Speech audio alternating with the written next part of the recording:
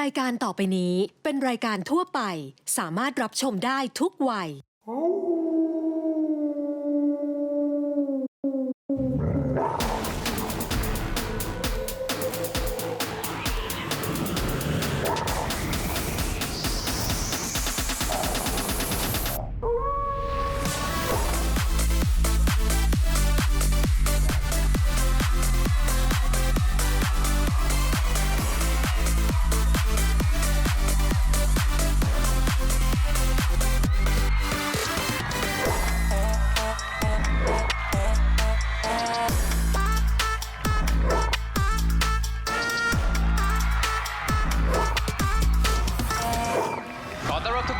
สู่โปรเจกต์อัลฟาครับในสัปดาห์ที่ผ่านมาเหล่าเบต้าทั้ง 4 ทีมได้ต่อสู้กันบนอัลฟาอารีนาแห่งนี้อย่างดุเดือดทำให้มีเบต้าต้องออกจากการแข่งขันไปแล้วถึง 7 คนครับและเมื่อการต่อสู้สิ้นสุดลง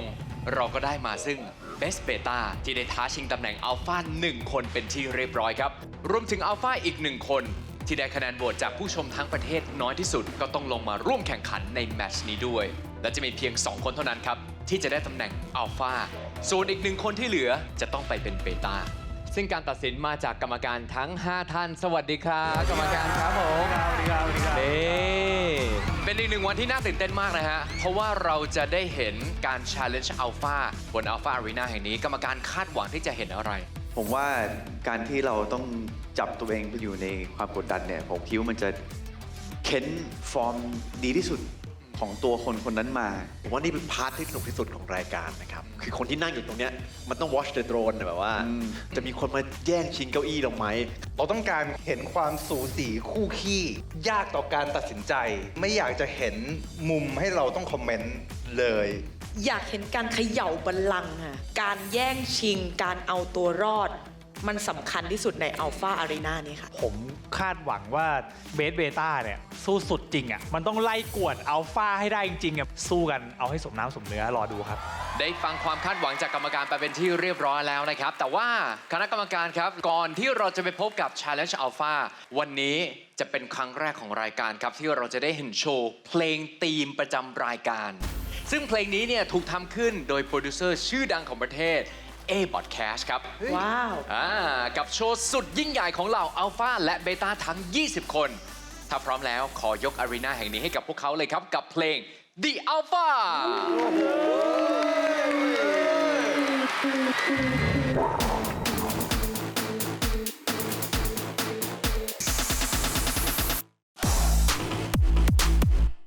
สวัสดีครับผม A-Podcast ครับเป็น DJ Producer แล้วก็รับหน้าที่ Produce เพลง Alpha เพลงนี้ครับแรงบันดาลใจของเพลงนี้ก็มาจากคอนเซปต์ของรายการเลยคือมีอัลฟาแล้วก็มีเบต้าแต่งเพลงให้มันมีเสียงหมาป่าแล้วเราก็เอาหมาป่ามาตั้งมีเบต้าคอยตามอัลฟาบอกให้ตามมาสิแล้วเบต้าก็วิ่งตามเราก็พยายามจินตนาการภาพฝูงหมาป่าแล้วก็จับมันลงมาในเพลงครับ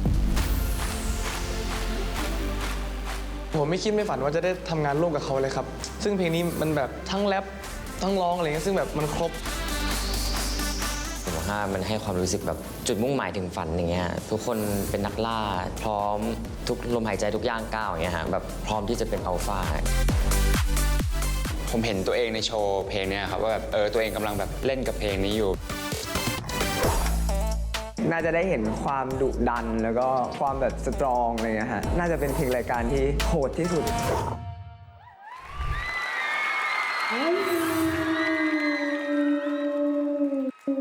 You know the Alpha ชื่อ Alpha ข้าได้ก็ข้าพร้อมจะล่าไม่มีไว้หน้า You know the Alpha แล้วยังชื่อ Alpha ถ้าหากยังคิดของชีวิตก่อนคิดดีๆคิดดีๆท่านคิดจะหนี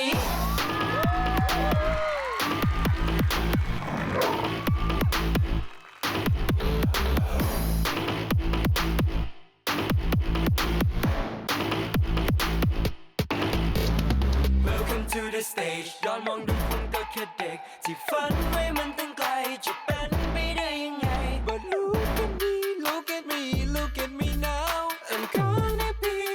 be talk of the town ในทุกลมหายใจที่ผ่านฉันก็ยังก้าวไปไม่ว่าอยากยังไหนจะ day หรือ night ไม่เคยที่จะทำตาม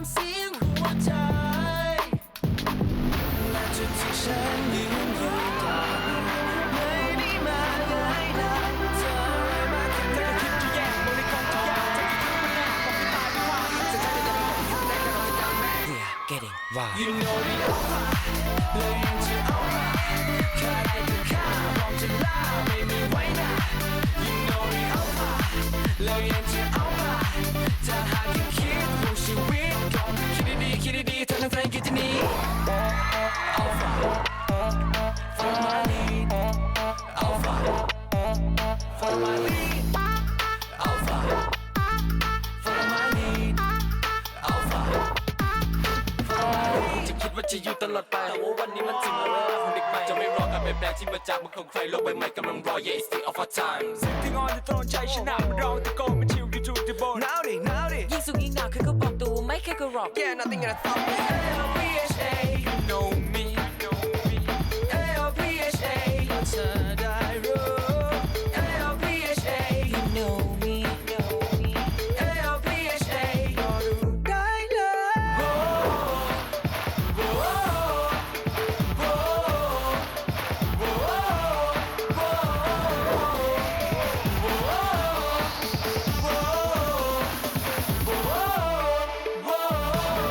ในทุกลมหายใจที่ฉันก็ยังก้าวไปไม่ว่าอยากยังแค่ไหนจะเดินหรือวันไหนไม่เคยจะอยู่ทำตามเสียงหัวใจและจุดที่ฉันยืนอยู่ตอนนี้ไม่ได้มาง่ายได้เจออะไรมาเยอะที่คิดที่แย่บอกเลยคงที่ยากที่คิดว่าแน่บอกเลยกลายเป็นข้าสิ่งฉันก็ยังไม่ได้ก็ต้องสัญญา We are getting wild You know the alpha แล้วยังจะเอามาฆ่าได้ก็ฆ่าบอกจะล่าไม่มีไว้หน้า You know the alpha แล้วยังจะเอามาถ้าหากยังคิดว่าชีวิตก็คิดดีๆเท่านั้นที่คิดจะหนี Alpha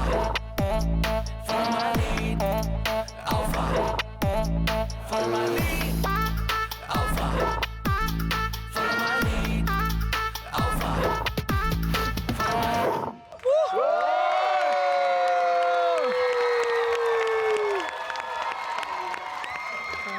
โคตรเดือด The Alpha สุดยอด เราไม่ประกวดได้แล้วไหมฮะ เราเจอ 20 คนของเราแล้วได้ไหมฮะ ดีมากเลยอ่ะ บอกเลยว่าถ้าเราหา 20 คนน้องๆ คือ 20 คนที่แบบชนะเลิศแล้วอ่ะ พูดเลย ต้องถามกรรมการครับ รู้สึกไงบ้างกับโชว์เมื่อสักครู่นี้ นี่คือเพลงธีมของรายการเลยนะ โอ้อยากดูอีก อยากดูอีกครับ ขอชื่นชมทีมงาน ผมรู้ว่าการที่จะทำโชว์ขนาดนี้เนี่ยมันต้องใช้ทีมเวิร์กและใช้ทีมงานไม่ว่าจะเป็นโคโรกราฟเฟอร์สไตลิสต์ทุกคนเยอะมาก ขอเสียงปรบมือกับทีมงานนะครับ สุดยอดมากทุกคนสุดยอดมาก ทุกคนเทรนน้องๆได้สุดยอดมากครับ แล้วน้องๆทุกคนเลยบอกเลยทุกอาทิตย์ที่ได้เจอกันเนี่ยแต่ละคนเปลี่ยนไปหมดเลยนะ คือดูเลยว่าทุกคนแบบขยับตัวขึ้นมาอีกก้าวนึงอะดีใจที่ได้เจอกันครับผมขอให้เก่งๆอย่างนี้ขึ้นไปทุกอาทิตย์นะครับรอดูทุกอาทิตย์ครับ เก่งมากน่ารักมากคือผมว่านี่คือเพลงที่เหมาะกับทุกคนที่สุดแล้วอะครับดีไซน์มาให้ทุกคนจริงๆ แล้วทุกคนก็แบบชายนิ่งมากเมื่อกี้อย่างที่แบมบอกเลยนะ ถ้าเดบิวต์20 คนได้ผมมาให้ไปเลยอะมันสุดยอดจริงคือทุกลงตัว ทุกคนมีหน้าที่ตัวเองแล้วก็ทำได้ดีมากแล้วรู้สึกว่ามันเป็นแพ็คอะมีจ่าฝูงมีอาจจะมีตัวรองบ้างแต่ว่ามันเป็นวงที่ดีอะเขาเป็นแฟนเพลงครับไม่ว่าจะเป็นอะไรเกิดขึ้น เยี่ยมพี่แดนครับ โอ้โห เป็นโชว์แรกที่แบบมีพลังมากแล้วตัวเองรู้สึกมีความหวัง เพราะจริงๆ แล้วความตั้งใจมาตลอด คือเราอยากเห็นศิลปินไทยหรือทีป๊อปอ่ะมันเกิดขึ้นในระดับสากลสักที ซึ่งวันนี้มันทำให้ผมมีความหวังมากกับน้องๆ ทั้ง 20 คนนี้นะครับสุดยอดมากๆเลย แต่นะครับ เอามาอีกแล้วเหรอฮะ ไม่ก็คือสิ่งที่เห็นเมื่อสักครู่นี้ในวีคต่อๆไปถ้ามีการโชว์แบบนี้เกิดขึ้นอีกเนี่ยเราอยากได้พลังความสั่นสะเทือนมากกว่านี้ ความแบบวีคก่อนเราเคยพูดว่าทุกคนควรจะได้อยู่ในราชมังคลาใช่ไหมเพราะฉะนั้นพลังมันต้องเอาราชมังคลาให้แบบให้พื้นมันสั่นสะเทือนให้ได้ อันนี้ได้ Impact ละ อันนี้ Impact มา ได้ Impact ละ นะ ขอราชมัง ขอราชมัง ครั้งหน้าขอราชมัง แผงหน้าตอนจบระวังนะครับ ข้างหลังเขาเหมือนมีพลังบางอย่างซ่อนอยู่ ระวังเขาจะขย้ำเรานะฮะ ระวังโอเค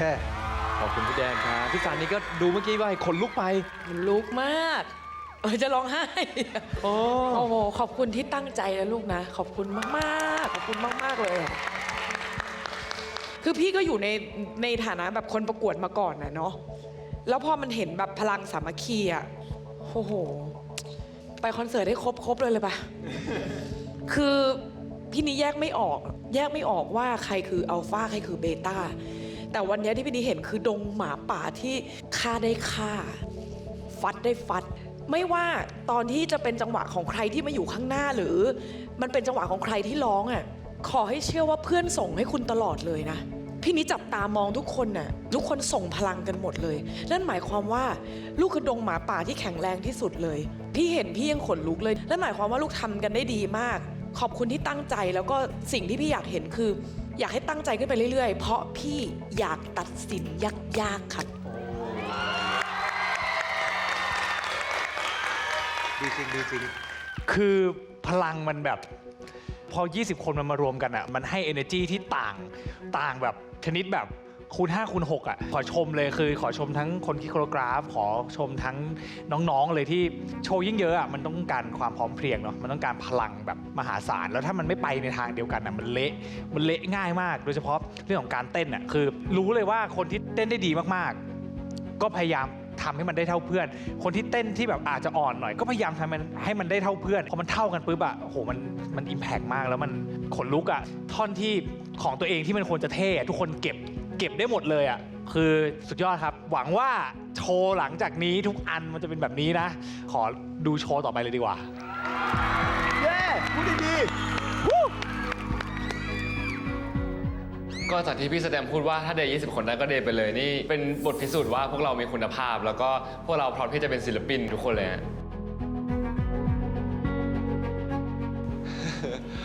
ก็ดีใจอ่ะเพราะว่าเราซ้อมเพลงตีมมานานพอสมควรก็ขอบคุณพี่สานีที่แบบว่าเห็นความตั้งใจของพวกเรา ตอนที่พี่แดนบอกว่าเห็นโชว์นี้แล้วรู้สึกว่ามันจะได้ไปทีป๊อประดับโลกขอบคุณพี่แดนมากๆครับก็ผมก็เห็นเหมือนกันครับว่าเราสามารถไประดับโลกได้จริงๆ ดีใจมากๆที่ได้เห็นโชว์เมื่อกี้เหมือนกันถึงแม้ว่าไม่ใช่กรรมการมาเป็นพิธีกรได้นั่งดูเมื่อกี้สัมผัสได้ถึงพลังที่น้องๆส่งมาขอบคุณสำหรับโชว์ดีๆในการเปิดรายการของเรานะฮะแต่ต้องขออนุญาตปรับโหมดแล้วนะ ปรับโหมดแล้วนะเอาเลยเข้าแล้วนะครับกับการแข่งขันในรอบ Challenge Alpha ครับ Time ฟลุกนัดจะต้องแข่งขันกันทำโชว์เดี่ยวแบบเต็มรูปแบบครับและจะมีเพียงแค่2คนเท่านั้นที่จะได้ตำแหน่งอัลฟาส่วนอีก1คนที่เหลือจะต้องไปเป็นเบต้าครับพร้อมไหมความรู้สึกเป็นไงฮะเบสเบต้าของเราก็ตื่นเต้นครับแต่ว่าจะตั้งใจทำให้เต็มที่ครับเพื่อแบบตำแหน่งที่ดีสุดของเรา โอเค พร้อมครับวันนี้เต็มที่ครับเต็มที่นะนัดครับพร้อมมากครับตอนนี้ผมจะไม่เสียตำแหน่งนี้ไปแน่นอนไม่พูดอะไรมากครับและผู้ที่ต้องลงมาแข่งขันเป็นคนแรกคือ Best Beta A25 ไทยโชว์ที่จะท้าชิงตำแหน่งอัลฟาจะเป็นอย่างไรครับช่วงหน้าติดตามกันได้กับ Project Alpha ครับ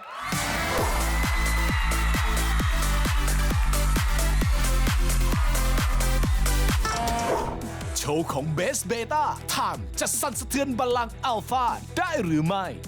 ต่อให้ทำเป็นโชว์แรกทำก็จะแบบโชว์ให้เต็มที่เจอโชว์ผมรอบนี้ต้องแบบแอบกลัว 100% อย่าสั่นแล้วกันช่วงหน้าห้ามพลาด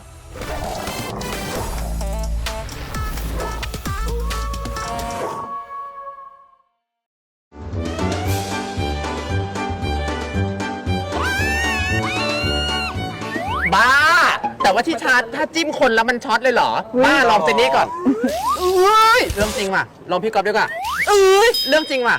บ้ามันกับทุกคนหรอใช่หรอมันจะเป็นกับทุกคนจริงๆหรอมันไม่กับทุกคนหรอก1 2 3กับมี่ไม่เป็นกับมี่ไม่เป็นช็อตฟิลช็อตจริงช็อตได้ช็อตไฟได้ช็อตฟิลเลยค่ะเผยเที่ยวไทยและนี่ก็คือแผนผังความสัมพันธ์ที่กูเตรียมไอ้อเล็กไอ้เอาไม่อย่าทำอะไรกูนะเห็นอะไรบ้างแฟนปกติเขาพาไปเที่ยวซื้อของน่ารักแต่นี่อะไรพาเขามาดูหัวหมาชุดหนังอะไรก็ไม่รู้แต่ว่าเราไม่ควรจะมีความสัมพันธ์กันแบบนี้เลยนะผู้ชายก็อย่างเงี้ยทำไมไม่พูดตรงๆวะหญิงกับหญิงจะแต่งงานกันได้ไงที่นี่ไปที่ไหนติดตามชม The Warp Effect รูปลับรหัสวาร์ปทุกวันจันทร์เวลา 20:30 ทางช่อง GMM 25รับชมย้อนหลังฟรีที่แรกได้ที่ View เวลา 4 ทุ่มครึ่ง เฮ้ยปาล์มช่วงนี้เนี่ยมึงอาจจะเจอกูบ่อยหน่อยยังไงก็ไว้ใจกูหน่อยแล้วกันกูไม่ทำร้ายหนึ่งเดียวมันหรอกแล้วเวลามึงยิงอ่ะในหัวมึงคิดอะไรอยู่ ผมกำลังคิดว่าผมปกป้องใครสักคนอยู่ ตั้งแต่พ่อมึงตายไปเนี่ย โดนพวกแม่งเล่นหนักขึ้นเรื่อยๆนะเว้ยกะนะทุกคน ติดตามชมเพื่อนายแค่หนึ่งเดียว ทุกวันอังคารเวลา 2 ทุ่มครึ่งทางช่อง GMM 25 และทาง YouTube GMM TV พร้อมกันทั่วโลก พี่พุเมื่อไหร่พี่จะเลิกโกหกสักทีอะ พี่ก็ไม่ได้อยากโกหกหรอก พี่ทนเห็นตากับยายไม่มีความสุขไม่ไหวจริง ถ้ามึงจะโกรธจะเกลียดมึงโกรธเกลียดกูได้เต็มที่เลย มาจากบริษัททำความสะอาดค่ะ รู้จักเหรอผู้หญิงคนนี้เป็นแม่ของแฟนในไม้ครับ พี่ไม่รู้ว่ามันจะยังอยู่ที่เดิมไหมหรือว่ามันหายไปหรือยัง ถึงมันหายไปหนูก็จะหามันให้เจอนะ เธอจะอยากได้หนังสือเล่มนั้นไปทำไม มันเกี่ยวอะไรกับพี่เธอ ติดตามชมหนังรักเรื่องที่แล้ว 10 Years Ticket ทุกวันพุธพฤหัสบดีเวลา 2 ทุ่มครึ่งทางช่อง GMM 25 ย้อนหลังที่แรกได้ที่ True ID เวลา 4 ทุ่มครึ่ง พวกมึงเราชนะฮอตเวฟได้อะไรมันก็จะดีขึ้นเอง แล้วถ้าเราแพ้ สู้กันมาขนาดนี้แล้วอ่ะจะมาลังเลอะไรตอนนี้วะ ในวงกูอะแม่งก็มาเล่นดนตรีเอาสนุก มันก็ไม่ได้กะจะทำจริงจังอะไรหรอกนี่กูยังคิดอยู่เลยอะว่ากูควรตั้งใจเรียนกว่านี้แล้วก็ไปสอบเข้าคณะดีๆอะ มึงจะไหวเหรอวะ ไหวดิไม่แน่นะบางทีอะกูแม่งอาจจะเก่งไม่พอที่จะอยู่วงการเนี้ย ติดตามชมแฟนผมเป็นประธานนักเรียนทุกวันศุกร์เวลา 2 ทุ่มครึ่งทางช่อง GMM 25 แค่อยากฟังคำรำพันเพียงกระซิบว่ารักกันรู้หรือเปล่าเมื่อฉันได้พบเธอพลาดคิดผูกพันยิ่งอยู่ใกล้ไม่ห่างกันดวงใจหวั่นไหวอย่ามาท้าแนบชิดเข้ามาเพียงสบตาพาให้เคลิ้มไปอีกนิดได้หรือเปล่าเข้ามาชิดได้หรือเปล่าจะบอกรักเธอ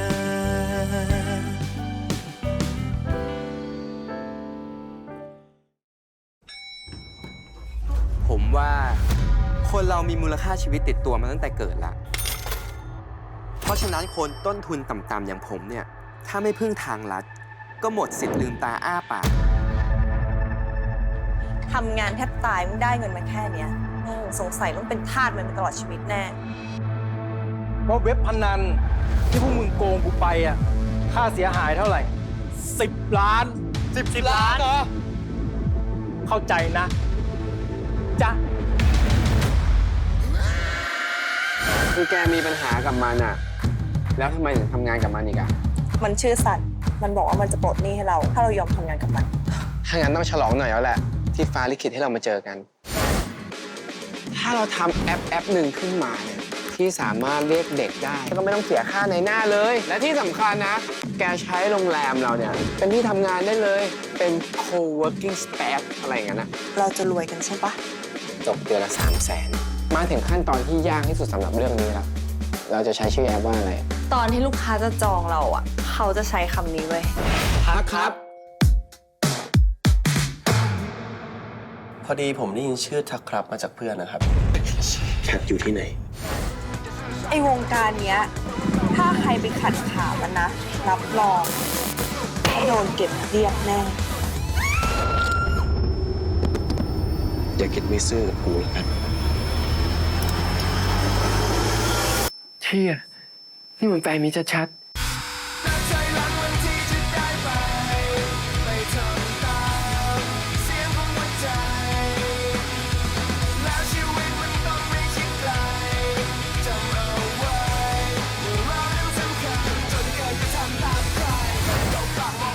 ผมไม่ได้เรียกว่าทำโทษเว้ยเขาเรียกว่าพยายามฆ่า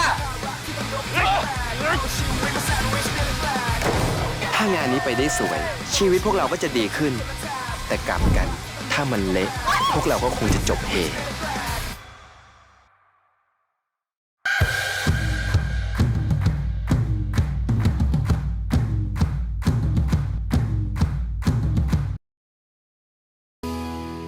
รักเธอ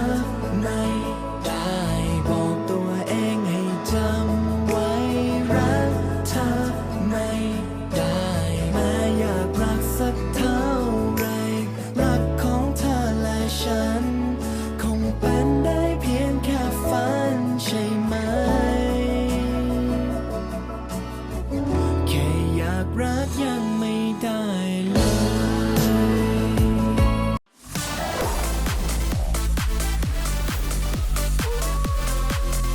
ม่าโอเคคาโบนาร่าเบคอนชีสเข้มข้นหอมเบคอนมาม่าอร่อย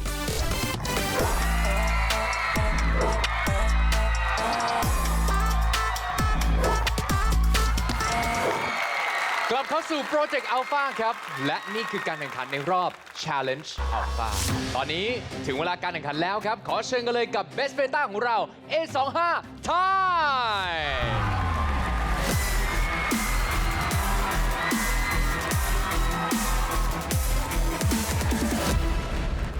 รู้สึกไงบ้างตอนนี้ Time ตื่นเต้นครับแล้วก็จะทำเต็มที่ครับ กรรมการคาดหวังจะเห็นโชว์อะไรฮะ วันนี้ทายมาเพลงอะไรครับ เพลงรักได้เปล่าครับ เพลงนั้นได้ปะอ๋อ แต่ด้วยความที่มันเป็นเวทีประกวดด้วยความที่มันเป็นเพลงสไตล์แบบน่ารักมันก็ต้องห้ามเรียบไป คงต้องมีคิดว่าต้องมีเซอร์ไพรส์อะไร เราคาดหวังความน่ารักอะเพลงนี้มันเป็นคำถามนะเรารักได้เปล่าทำยังไงก็ได้ให้พี่นี้ตอบรักให้ได้อะอันนี้ซึ่งเขาพร้อมตั้งรับอยู่แล้วนะ ใช่ เขาตอบตั้งแต่ก่อนเห็นโชว์อยู่แล้วหรือเปล่าฮะ yes ค่ะ แต่ก็ต้องรอดูโชว์ เพลงมันน่ารักก็จริง แต่อยากเห็นเสน่ห์ที่มันออกมา เพราะว่ามันเหมือนคำถามนะ รักได้เปล่า มันต้องเป็นคำถาม มันต้องมีความกวนเล็กๆ หรือมันต้องมีอะไร ไม่อยากโค้ชเขา แต่ว่าจัดให้เต็มที่ค่ะ โอเค ได้เวลาที่เรารอคอยกันแล้ว จากตำแหน่ง Best Beta โชว์ที่เรากำลังจะเห็นนี้จะพาเราไปสู่ตำแหน่ง Alpha ได้หรือเปล่าทำอย่างเต็มที่นะ สู้อย่างเต็มที่ครับ เพื่อท้าชิงตำแหน่ง Alpha ของ A25 Time กับเพลงรักได้เปล่า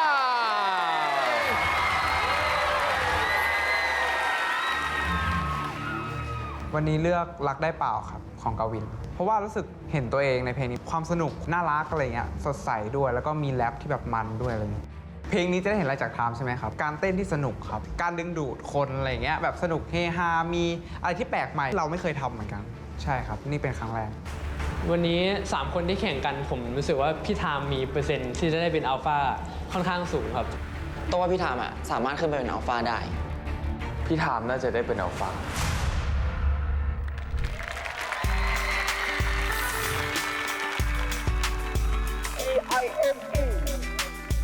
It's not time ไม่เคยมีใครน่ารักเท่ากับเธอเจอกี่ครั้งก็ยังละเมอ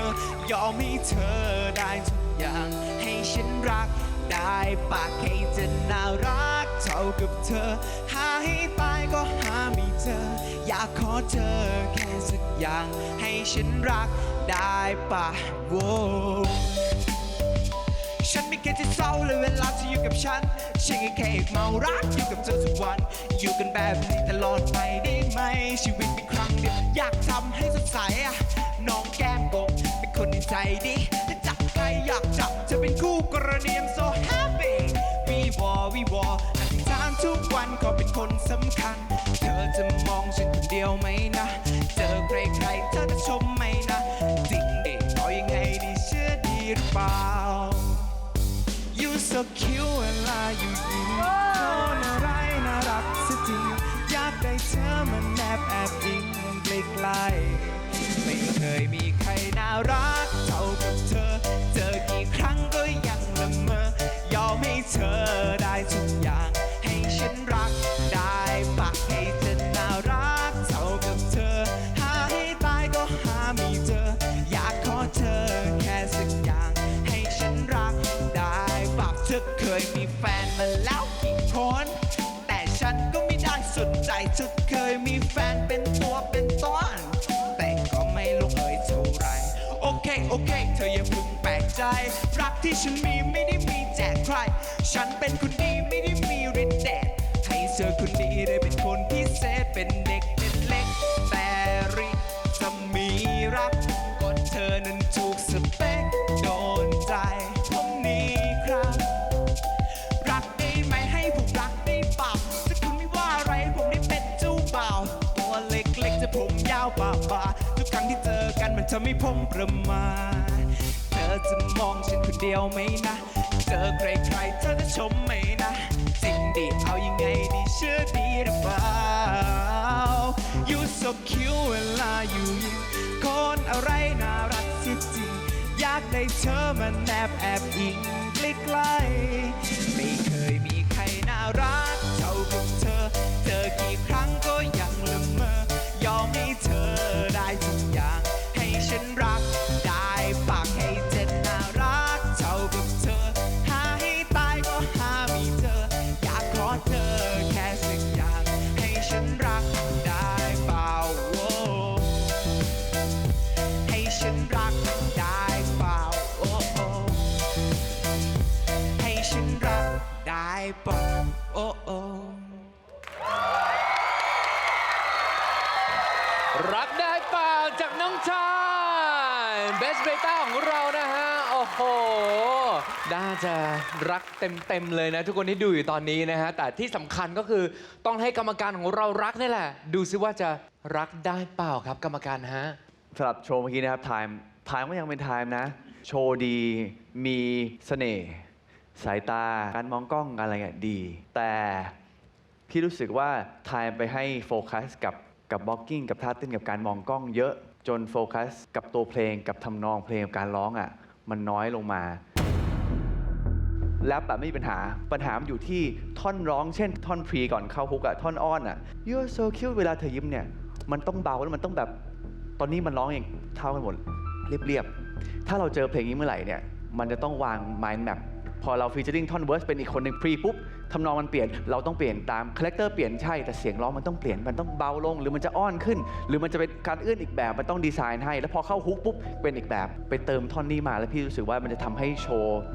มันเต็มขึ้นแล้วมันก็จะมี Impact มี Dynamic มากขึ้นครับ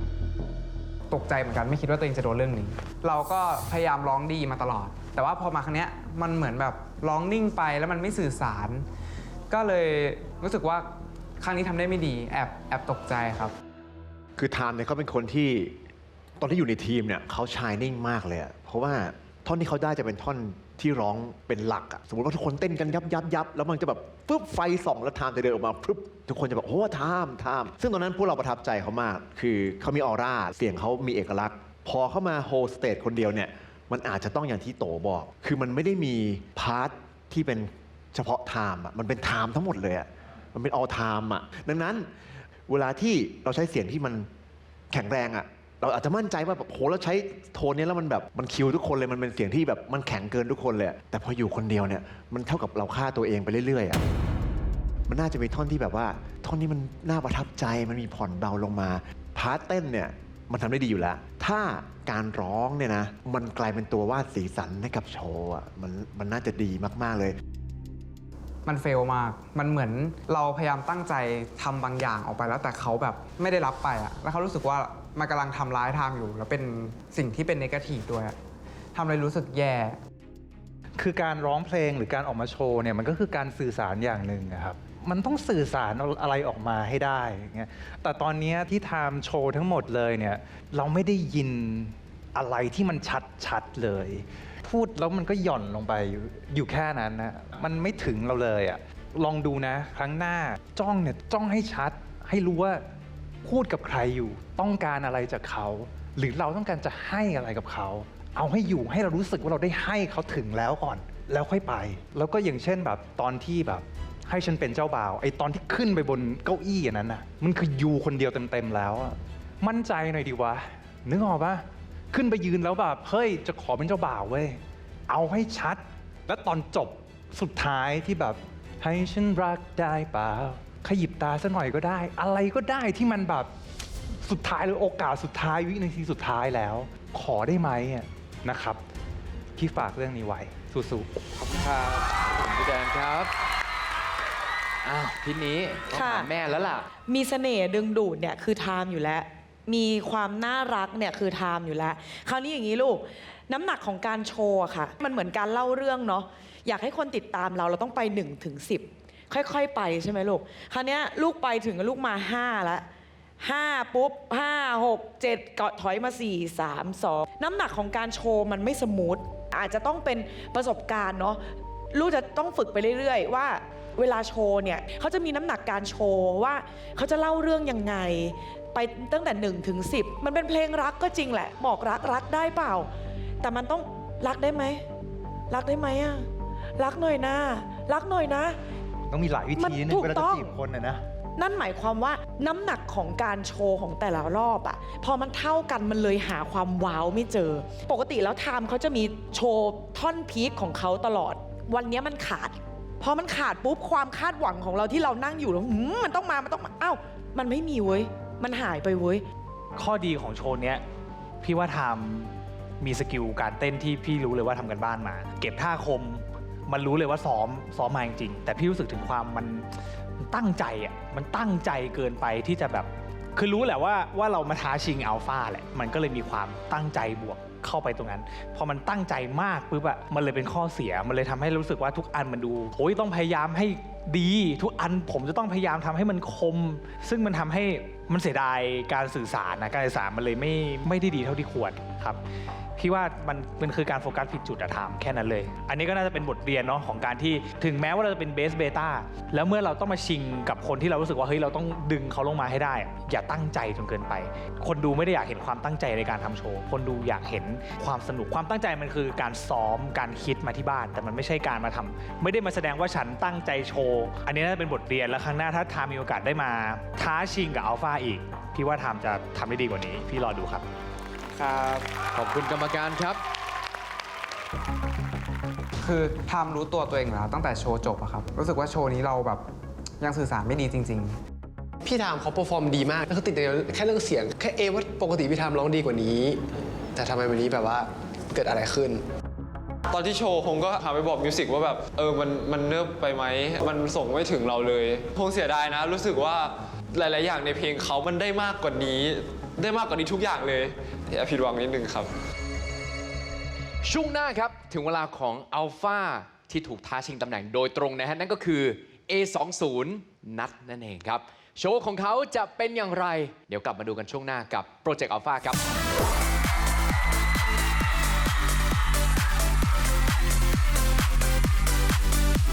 ช่วงหน้าถึงเวลาของนัดอัลฟาผู้ถูกท้าชิงตำแหน่ง ฝากถึงพี่ทามนะครับว่าโชว์ต่อไปนะครับของจริงครับรอดูเลยพี่ โชว์ของเขาจะรักษาบัลลังก์จ่าฝูงไว้ได้หรือไม่ เดี๋ยวกลับมาติดตามกันต่อสักครู่เดียว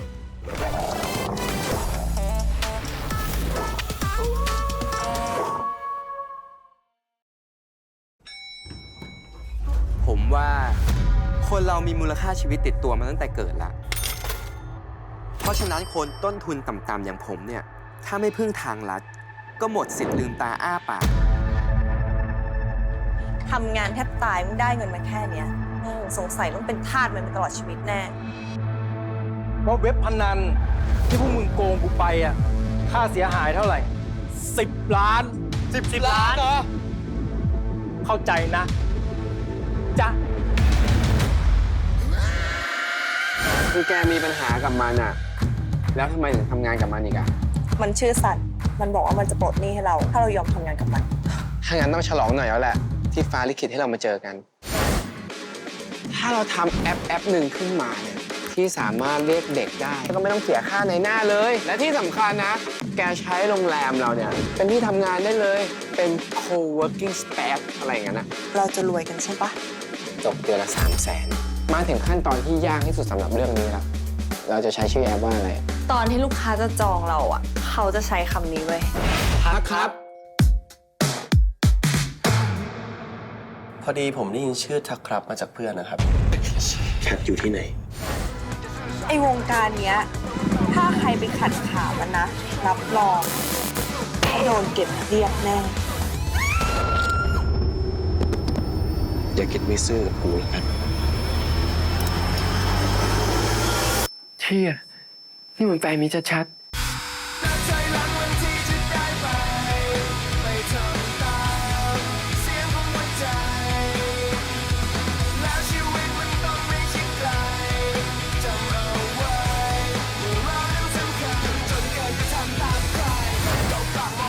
เขาไม่ได้เรียกว่าทำโทษเว้ยเขาเรียกว่าพยายามฆ่า ถ้างานนี้ไปได้สวย ชีวิตพวกเราก็จะดีขึ้น แต่กลับกันถ้ามันเละพวกเราก็คงจะจบเฮ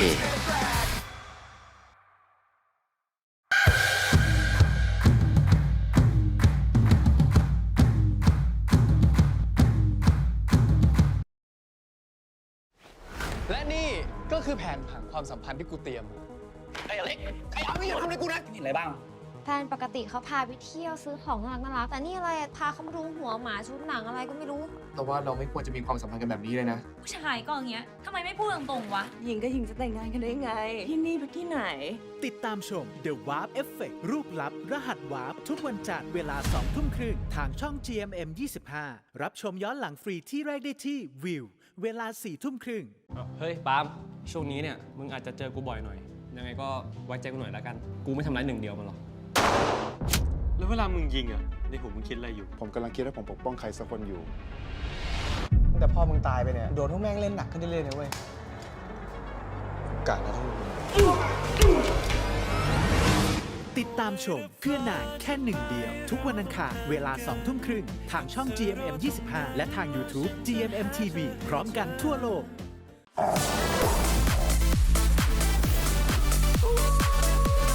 เลย์แม็กซ์เอ็กซ์ตร้าครันช์กรอบแน่นกับแผ่นยักษ์มันสะใจทุกคำเลย์แม็กซ์เอ็กซ์ตร้าครันช์ธรรมดาโลกไม่มัน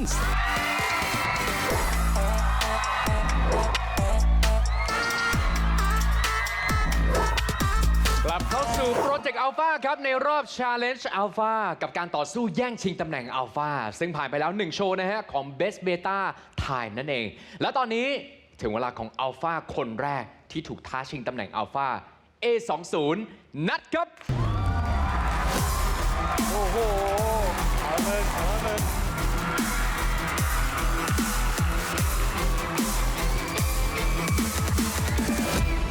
ผมรู้สึกตื่นเต้นมากครับแบบอยากกลับไปนั่งเก้าอี้ตัวโปรดของผมแล้วครับ ผมก็รู้ว่าจะมากรอบเดิมหรือเปล่าน่าจะมา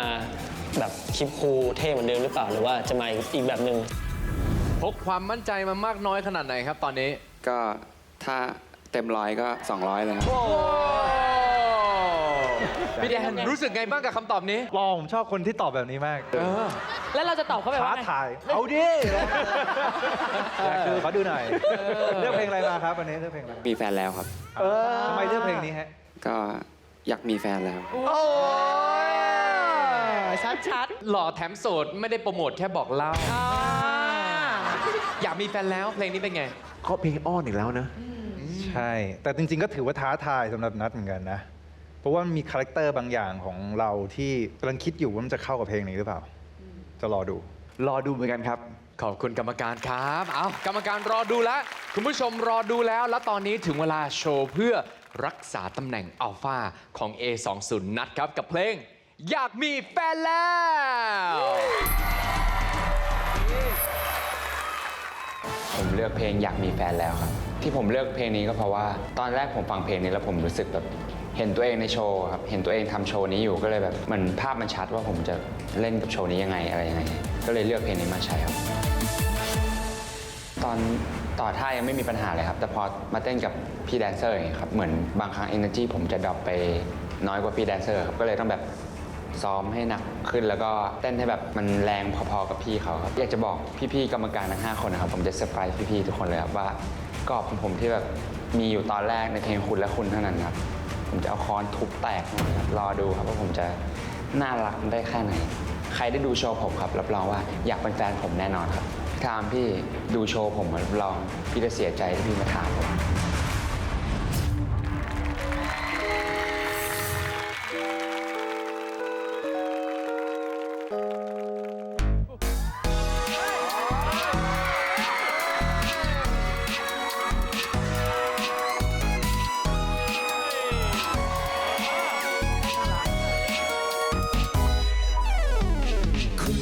และคุณและคุณเท่านั้นที่ทำให้ผมนั้นจะต้องอยู่ตรงนี้คุณและคุณและคุณเท่านั้นที่ทำให้ผมเป็นอยู่นาทีคุณและคุณและคุณเท่านั้นทำให้อยากรู้คุณยังโสดอยู่ไหมคุณและคุณและคุณน่ารักเกินกว่าใครผมอยู่คนเดียวมาตั้งนานหลายปีแต่ถ้ามีคุณมาอยู่ด้วยกันก็ดีผมคิดว่ามันจะยิ่งดีถ้าเรารู้จักกันมากกว่านี้อยากมีแฟนแล้วสักทีอยากมีแฟนแล้วสักทีอยากมีแฟนแล้วสักทีอยากมีแฟน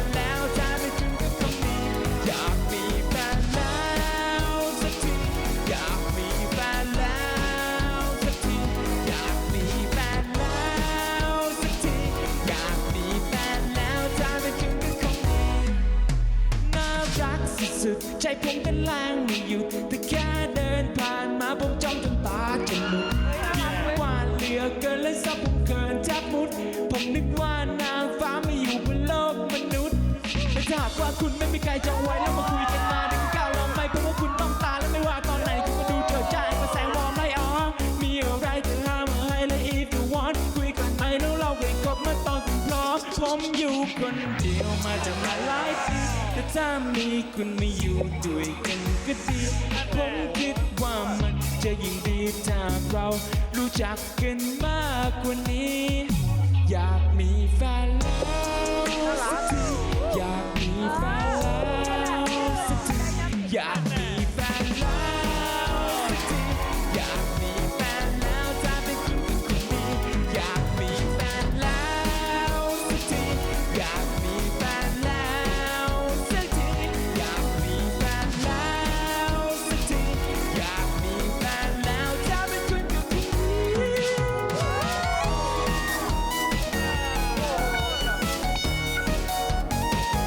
อยากมีแฟนแล้วสักทีอยากมีแฟนแล้วสักทีอยากมีแฟนแล้วสักทีอยากมีแฟนแล้วจะไม่ใช่คุณก็ไม่ดี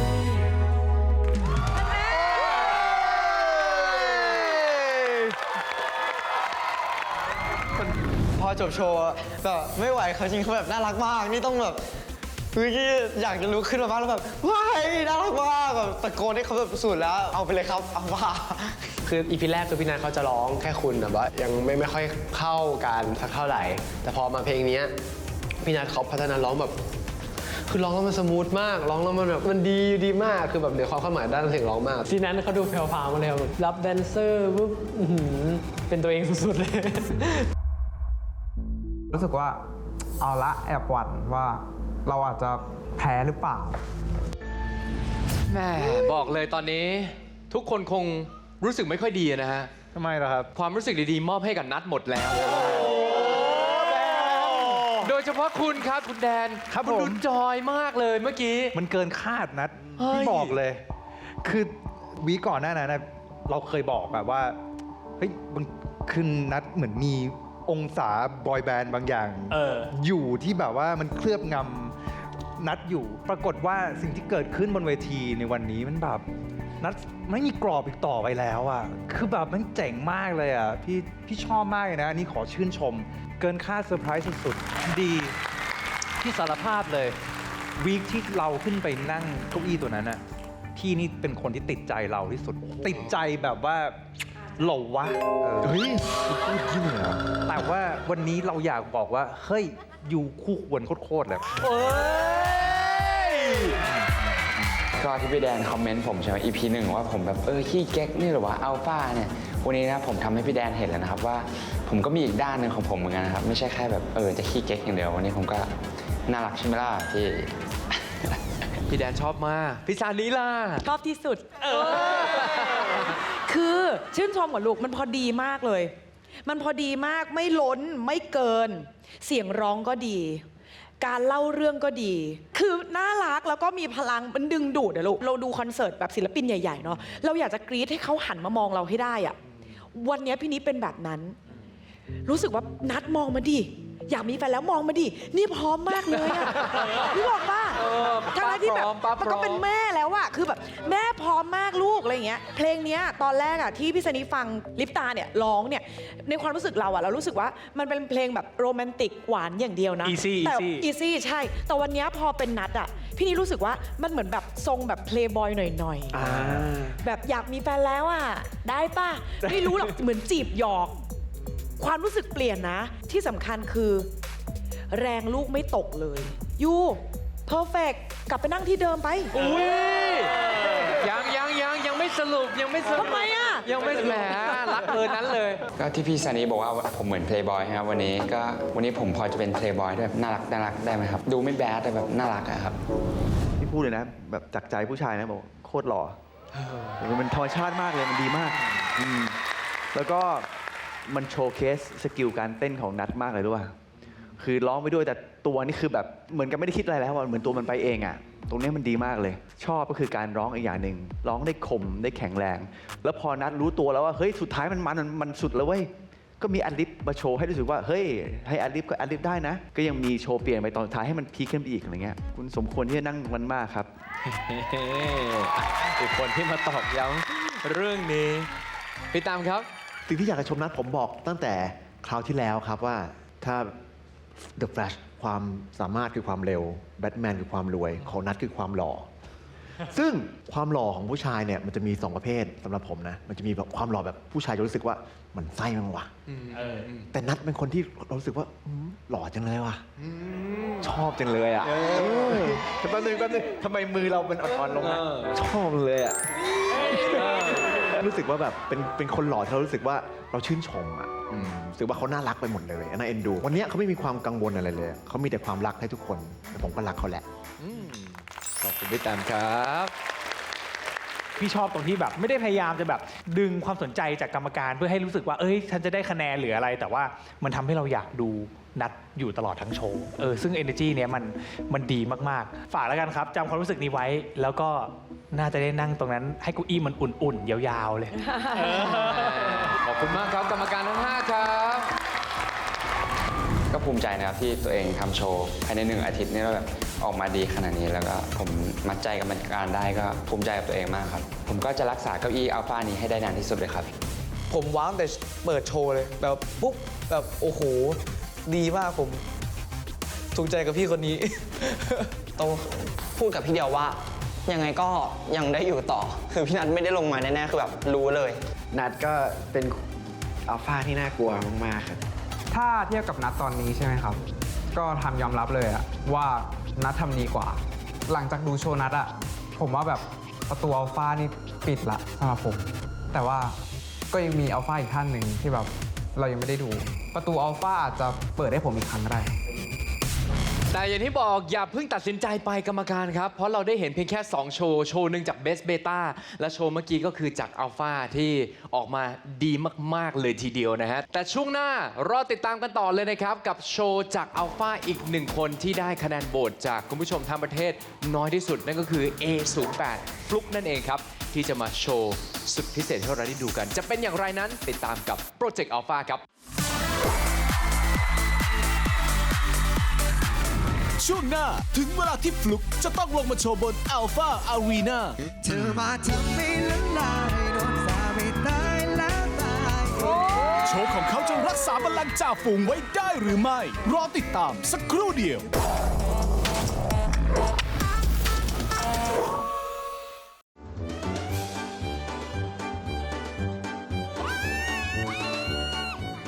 บ้าแต่ว่าที่ชาร์จถ้าจิ้มคนแล้วมันช็อตเลยเหรอบ้าลองเจนนี่ก่อนเอ้ยเรื่องจริงว่ะลองพี่ก๊อฟด้วยก่อนเอ้ยเรื่องจริงว่ะบ้ามันกับทุกคนเหรอใช่หรอมันจะเป็นกับทุกคนจริงๆหรอมันไม่กับทุกคนหรอก1 2 3กับมี่ไม่เป็นกับมี่ไม่เป็นช็อตฟิลช็อตจริงช็อตได้ช็อตไฟได้ช็อตฟิลเลยค่ะเผยเที่ยวไทย และนี่ก็คือแผนผังความสัมพันธ์ที่กูเตรียมไอ้อเล็กไอ้เอาไม่อย่าทำอะไรกูนะเห็นอะไรบ้างแฟนปกติเขาพาไปเที่ยวซื้อของน่ารักแต่นี่อะไรพาเขามาดูหัวหมาชุดหนังอะไรก็ไม่รู้แต่ว่าเราไม่ควรจะมีความสัมพันธ์กันแบบนี้เลยนะผู้ชายก็อย่างเงี้ยทำไมไม่พูดตรงๆวะหญิงกับหญิงจะแต่งงานกันได้ไงที่นี่ไปที่ไหน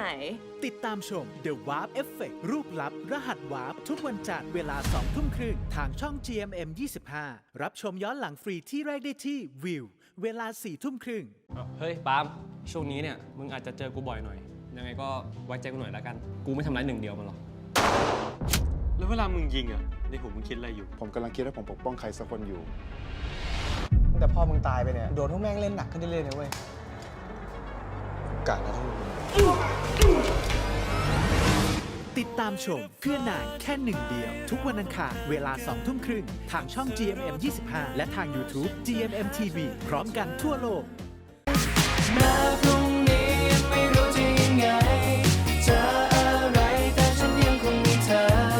มองทางไหนเธอไม่เคยจะไปไกลขอบคุณเธอที่รักและไม่ทิ้งไปแม้พรุ่งนี้ยังไม่รู้จะยังไงเจออะไรแต่ฉันยังคงมีเธอมองทางไหนเธอไม่เคยจะไปไกลขอบคุณเธอที่รักและไม่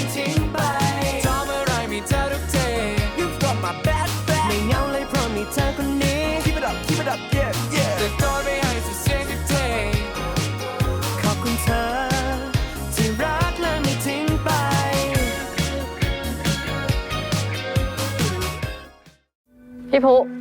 เมื่อไหร่พี่จะเลิกโกหกสักทีอะ พี่ก็ไม่ได้อยากโกหกหรอก พี่ทนเห็นตากับยายไม่มีความสุขไม่ไหวจริง ถ้ามึงจะโกรธจะเกลียดมึงโกรธเกลียดกูได้เต็มที่เลย มาจากบริษัททำความสะอาดค่ะ รู้จักเหรอผู้หญิงคนนี้เป็นแม่ของแฟนในไม้ครับ พี่ไม่รู้ว่ามันจะยังอยู่ที่เดิมไหมหรือว่ามันหายไปหรือยัง ถึงมันหายไป หนูก็จะหามันให้เจอนะ เธอจะอยากได้หนังสือเล่มนั้นไปทำไม มันเกี่ยวอะไรกับพี่เธอ ติดตามชมหนังรักเรื่องที่แล้ว 10 Years Ticket ทุกวันพุธพฤหัสบดีเวลา 2 ทุ่มครึ่งทางช่อง GMM 25 ย้อนหลังที่แรกได้ที่ True ID เวลา 4 ทุ่มครึ่ง รักเธอไม่ได้บอกตัวเองให้จำไว้รักเธอไม่ได้แม้อยากรักสักเท่าไรรักของเธอและฉันคงเป็นได้เพียงแค่ฝันใช่ไหมแค่อยากรักยังไม่ได้เลย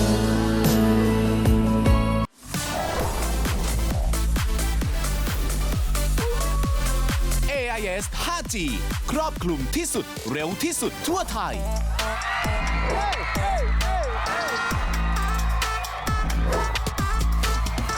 กลับเข้าสู่โปรเจกต์ Alpha ครับในรอบ Challenge Alpha ที่ตอนนี้ผ่านไปแล้ว 2 โชว์ด้วยกันจาก Best Beta Time และ Alpha Nut ครับ ย้ำกติกากันอีกสักครั้งครับว่า 2 โชว์ที่ทำผลงานดีที่สุดเท่านั้น จะได้ตำแหน่ง Alpha ส่วน 1 คนที่เหลือจะต้องไปเป็น Beta ครับ และตอนนี้ถึงเวลาของโชว์คนสุดท้ายของ Challenge Alpha แล้วครับ Alpha A08 ฟลุกครับ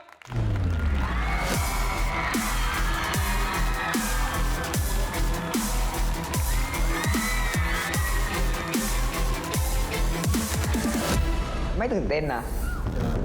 เอาจริงๆไม่ตื่นเต้นเลย ก่อนจะดูโชว์ผมแบบว่าผมคาดหวังกับพี่ฟุกมากเลยครับ ไอเดียที่พี่เขามีในหัวมันเยอะมากเลยครับ ก็เลยอยากรู้ว่าเขาจะพรีเซนต์ออกมายังไงอะ อยากให้ฟุกทำให้เต็มที่ ไม่แน่ฟุกอาจจะต้องสลับกระทำก็ได้ ความรู้สึกเป็นยังไง เราได้เห็นโชว์ของทั้งสองคนแล้วทั้ง Best Beta แล้วก็ Alpha เมื่อสักครู่นี้จากนัดด้วยเป็นไงบ้างครับ ก็บอกเลยครับว่าผมก็ทำเต็มที่เหมือนกัน แล้วโชว์ของนัดเมื่อกี้คือดีมากนะกรรมการชมมากๆเลย มันเพิ่มความกดดันให้กับเรายังไงบ้าง ไม่เลยครับ เตรียมโชว์อะไรมาให้กรรมการได้ดูครับ เตรียมโชว์เพลงโต๊ะริมครับ เฮ้ยทำไมเลือกเพลงนี้ครับทำไมเลือกเพลงนี้ เพราะว่าโชว์ก่อนหน้านี้ใช่ไหมครับผมจะเป็นแนวแบบว่าเฟียสอะไรอย่างงี้ครั้งนี้เลยแบบอยากมูฟออนบ้าง อยากให้เห็นมุมแบบน่ารักความข้างรักอะไรอย่างงี้ อยากเห็นเหมือนกันพี่ก็อยากเห็นเหมือนกัน แต่เพลงโต๊ะริมในมุมหนึ่งอ่ะเป็นเพลงที่ร้องไม่ได้ง่าย ใช่ ซึ่งน่าจะเหมาะกับฟลุกนะ เพราะว่าจำได้ว่าแต่รอบแรกเราเห็นฟลุกกันสกิลการร้องเพลงการเอื้อนอะไรของฟลุกดีมาก ฉะนั้นวันนี้จะตั้งใจรอฟังครับ โอเคนะเต็มที่ครับตอนนี้ถึงเวลาโชว์เพื่อรักษาตำแหน่งอัลฟาของ A08 ฟลุกครับกับเพลงโต๊ะริม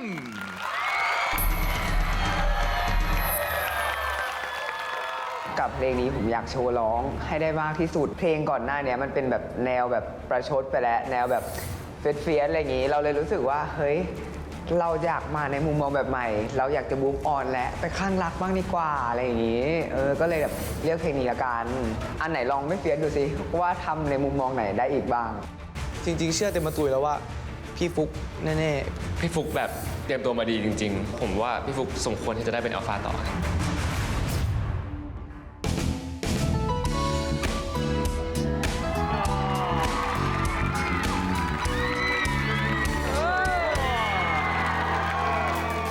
แค่ผ่านมา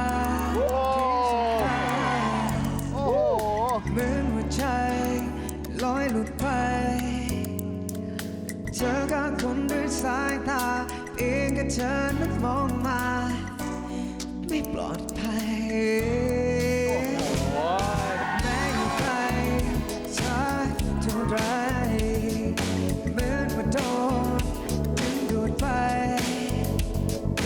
หากใครเข้าไปใกล้นานก็อยากที่จะตั้งใจใจไม่ไหว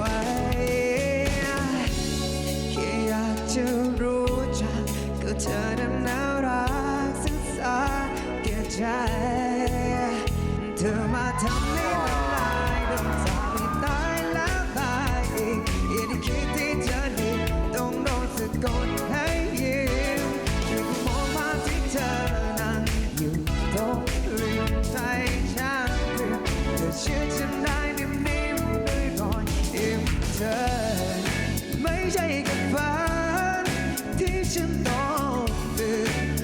จะกดฝืนหัวใจตัวเองไม่ไหวเธออยู่ตรงนั้นอยากเพียงแค่ชิดใกล้ถามใจเท่าไรไม่ได้สักที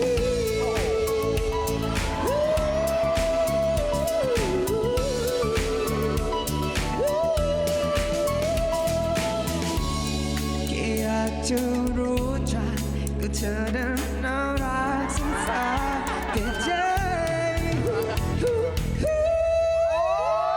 เธอมาทำให้ละลายโดนสาปให้ตายแล้วตายอีกได้คิดที่เธอหลีกต้องโดนสะกดให้ยิ้มอยู่ก็มองภาพที่เธอนั่งอยู่ตรงริมใจฉันเป็นเธอชื่อฉันได้นิ่มๆด้วยรอยยิ้มเธอ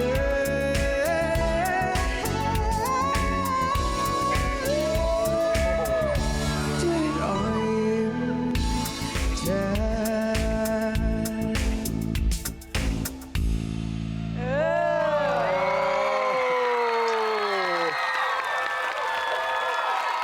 โชว์ของพี่ฟุกครับ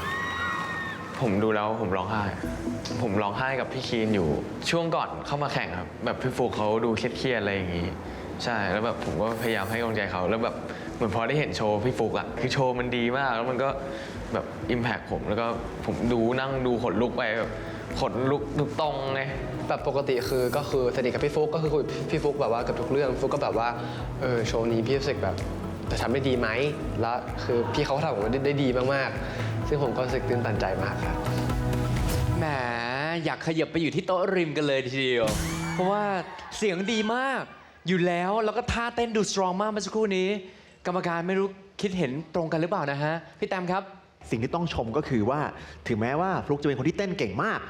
ร้องเก่งมากและมีเสน่ห์คือใช้เสน่ห์เก่งมากก็ตาม แต่ว่ามันถูกจัดวางมาเป็นลำดับอะโอเค ขึ้นมาเราเล่นแค่นี้นะ เราร้องแค่นี้นะ พอถึงท่อนที่เฮ้ยเพลงมันถูกวนซ้ำแล้วเราค่อยใช้เสียงอีกแบบหนึ่งเราค่อยใช้คำว่าน่ารักกลายเป็นน่ารักอีกแบบหนึ่งมันถูกวางมาแบบ มันพอดีมาก เขาเป็นคนเก่งที่ใช้พลังได้เป็นอะใช้พลังไม่เกินตัว ขอชมตรงนี้ครับ เป็นคนที่ฉลาดในการจัดแจงพลังตัวเองครับ ขอบคุณพี่แตมครับพี่แกงส้มครับ พี่รู้สึกว่าพี่เสียดาย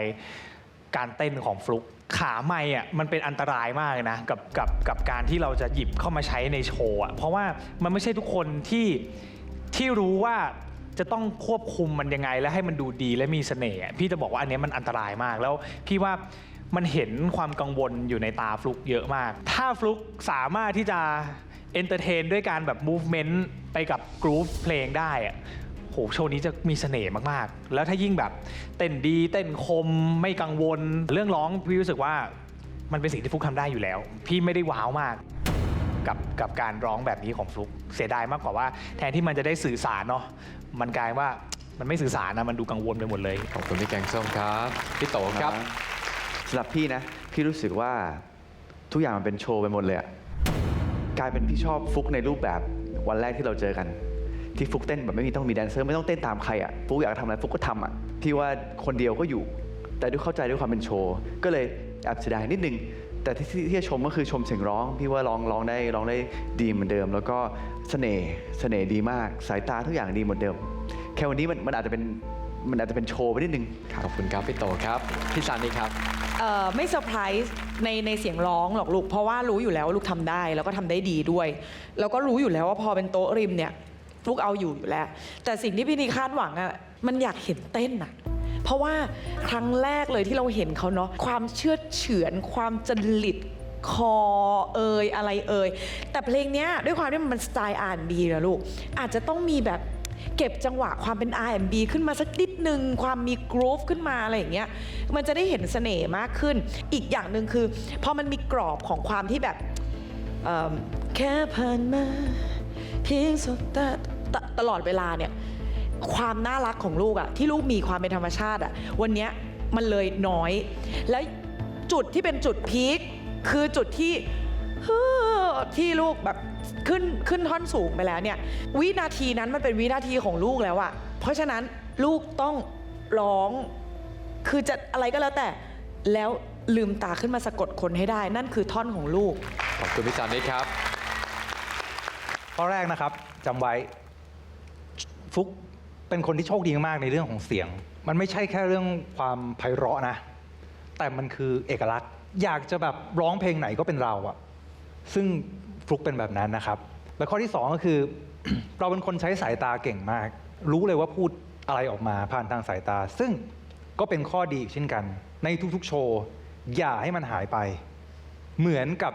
โชว์นี้สิ่งที่เกิดขึ้นที่ทำให้ทั้งสองสิ่งที่มันดีของฟุกมันหายไป ก็คือ 1. การเต้นท่อนที่บอกว่าเธอมาทำให้ละลายที่มันเป็นท่อนฮุกแรกละลายฟุกมันไม่ละลายอะมันทำให้ร้องมันลดความไพเราะออกไปเลย แล้วสายตาที่แบบมีเสน่ห์ของฟุกมันก็หายไปพร้อมท่าเต้นนั้นด้วย อันนี้ต้องระวังนะครับถ้าจะเต้นมันต้องเสริมโชว์เราไม่ใช่เอามาทำลายจุดดีเราขอบคุณกรรมการทั้ง 5 ครับ เอาจริงโชว์พี่ฟุกวันนี้เขาเป็นคนที่เก่งอยู่แล้ว แต่เขาแค่แสดงให้มันดูแบบต่างจาก EP อื่นเกินไปอ่ะ พี่ฟุกแบบเตรียมตัวมาดีจริง ๆ ผมว่าพี่ฟุกสมควรที่จะได้เป็นอัลฟาต่อ พอฟังคอมเมนต์แอบลุ้นฟุกก็มีข้อดีของฟุกอยู่แล้วอะใช่ผมก็มีข้อดีของผมก็ยังมีโอกาสได้เป็นอัลฟาอยู่ ตอนโชว์ก็รู้สึกว่าทำได้ดีในสิ่งที่ซ้อมมาทุกอย่างเป๊ะ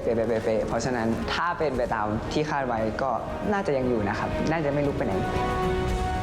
ตอนนี้ก็โชว์ของรอบ Challenge Alpha ทั้ง 3 คนเสร็จสิ้นไปเป็นที่เรียบร้อยแล้ว ถึงเวลาแล้วเลยครับที่กรรมการจะต้องเลือก 2 คนที่ทำโชว์ที่ดีที่สุด ซึ่งตอนนี้จากที่บังฟังนี่ก็ยังไม่แน่ใจว่าเป็นใครนะฮะที่จะได้ตำแหน่งอัลฟาถึง 2 คนส่วนอีก 1 คนที่เหลือจะต้องไปเป็นเบต้าครับระหว่างที่กรรมการกำลังตัดสินใจนะฮะช่วงหน้าครับเรามาชมกับอีก 1 โชว์พิเศษครับโดย 4 ผู้เข้าแข่งขันที่มีคะแนนโหวตสูงสุดจะมาแสดงผลงานให้ได้ชมกันนะฮะจะเป็นอย่างไรนั้นติดตามช่วงหน้ากับ Project Alpha ครับช่วงหน้าพบกับสเปเชียลโชว์จาก 4 หนุ่ม ตุ้ย อังเปา แชมป์และพีม เธอคือแฟนเก่าคนโปรดของฉันไม่เคยเปลี่ยน โชว์ของพวกเขาจะพิเศษขนาดไหน ห้ามพลาดสักครู่เดียวครับ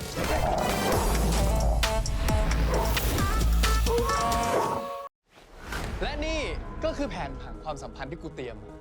ไอ้อเล็กไอ้เอาอย่าทำอะไรกูนะเห็นอะไรบ้าง แฟนปกติเขาพาไปเที่ยวซื้อของน่ารักแต่นี่อะไรพาเขามาดูหัวหมาชุดหนังอะไรก็ไม่รู้ แต่ว่าเราไม่ควรจะมีความสัมพันธ์กันแบบนี้เลยนะ ผู้ชายก็อย่างเงี้ยทำไมไม่พูดตรงๆวะ หญิงกับหญิงจะแต่งงานกันได้ไง ที่นี่เป็นที่ไหน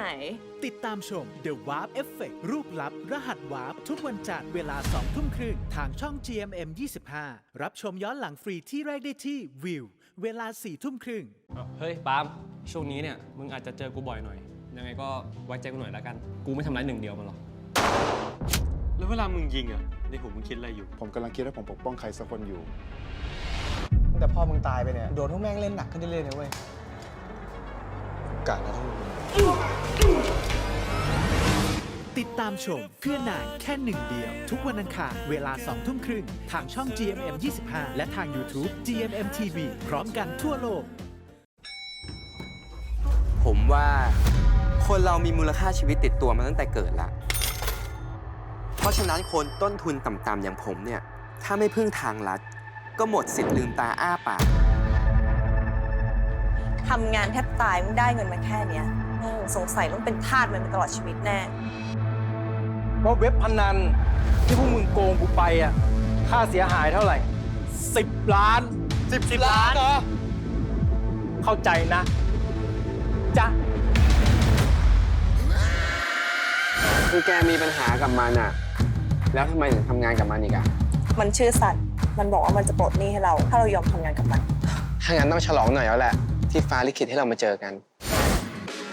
ถ้าเราทำแอปหนึ่งขึ้นมาเนี่ยที่สามารถเรียกเด็กได้ก็ไม่ต้องเสียค่าในหน้าเลย และที่สำคัญนะ แกใช้โรงแรมเราเนี่ยเป็นที่ทำงานได้เลยเป็น co-working space อะไรอย่างนั้นนะ เราจะรวยกันใช่ปะ จบเดือนละ300,000มาถึงขั้นตอนที่ยากที่สุดสำหรับเรื่องนี้แล้วเราจะใช้ชื่อแอปว่าอะไร ตอนที่ลูกค้าจะจองเราอ่ะเขาจะใช้คำนี้เว้ย พักครับ พ พอดีผมได้ยินชื่อทักครับมาจากเพื่อนนะครับแคทอยู่ที่ไหน ไอวงการเนี้ย ถ้าใครไปขัดขามันนะ รับรองโดนเก็บเรียบแน่ อย่าคิดไม่ซื่อกับกูแล้วกัน เชี่ยนี่มันแฟนมีชัด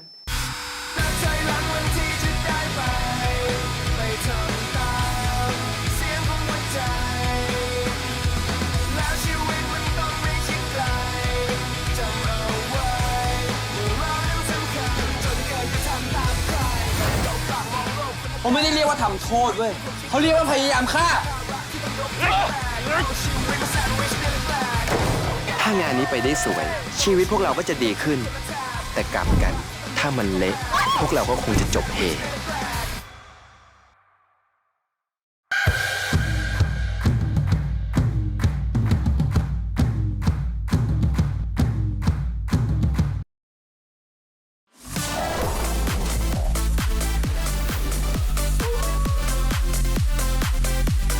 รถยนต์ New Suzuki Swift Power You Up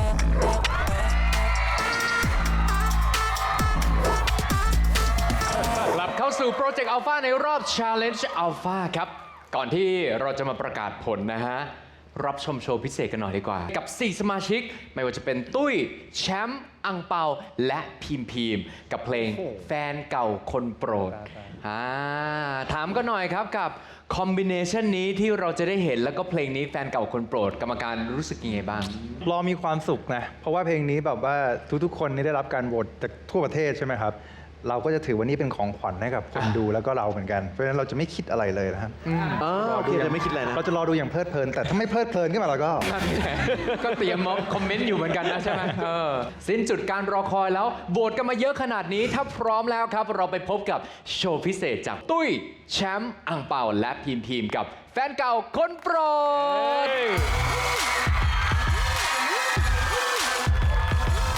ตั้งแต่รู้ว่าอยู่ด้วยกันก็คือซ้อมกันค่อนข้างเยอะแต่ว่าด้วยเวลาที่มันน้อยอะไรอย่างเงี้ยครับคืองงๆนิดๆเพราะมันมี4คนแล้วก็ผมก็ไม่เคยเต้น4คนมาก่อนอะไรอย่างเงี้ยครับ ผมเคยใช้เพลงนี้มาออดิชั่นในโปรเจกต์อัลฟาครับ ซึ่งรู้สึกว่า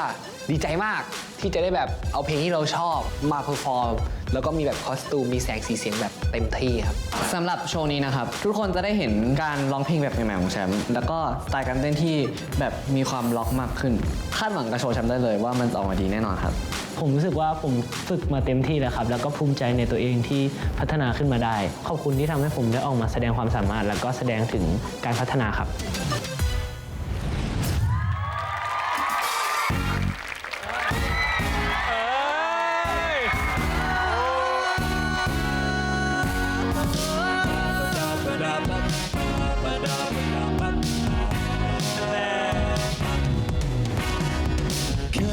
ฉันเคยลองเปิดใจแล้วแต่ไม่มีใครเข้าใจฉันได้เท่าเธอคนเก่ายิ่งฉันคุยกับเขายิ่งชัดเจนยังเป็นเธอต้องเป็นเธอฉันเคยลองทำเขาแล้วไม่เหมือนที่ได้ถูกเธอยิ่งดีที่สุดกว่าใครไม่เคยมาแทนได้เลยเธอคือแฟนเก่าคนโปรดของฉันไม่เคยเปลี่ยนยังรู้สึกเหมือนเดิมทุกอย่างแววตาเธอคู่นั้นไม่ได้ครับคนที่เคยรู้ใจของเธอยังเป็นคนโปรดของฉันไม่เคยเปลี่ยนยังรักเธอเหมือนเดิมแต่ในวันนี้ไม่มีใจอยู่เหมือนก่อนแล้วเธอก็ยังเป็นคนโปรดที่ฉันยังลืมไม่ได้เลย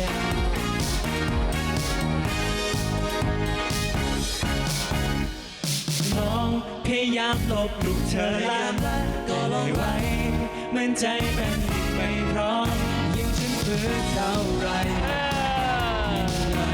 ไม่เคยมีใครมาแทนได้เลยเธอคือแฟนเก่าคนโปรดของฉันไม่เคยเปลี่ยนยังรู้สึกเหมือนเดิมทุกอย่างแววตาเธอคู่นั้นไม่ได้ผ่านแต่คนที่เคยรู้ใจ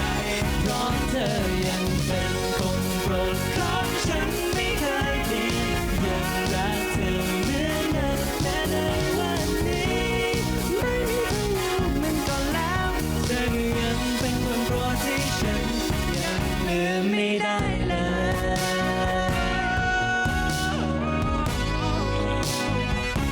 เธอคือแฟนเก่าคนโปรดของฉันไม่เคยเปลี่ยนยังดูสิ่งเหมือนเดิมทุกอย่างแววตาเธอคู่นั้นไม่ได้ต่างจากคนที่เคยรู้ใจ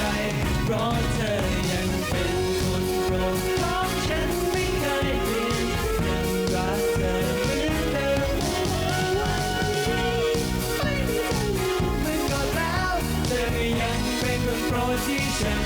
ยังลืมไม่ได้เลยเธอก็ยังเป็นคนโปรดที่ฉันยังลืมไม่ได้เลย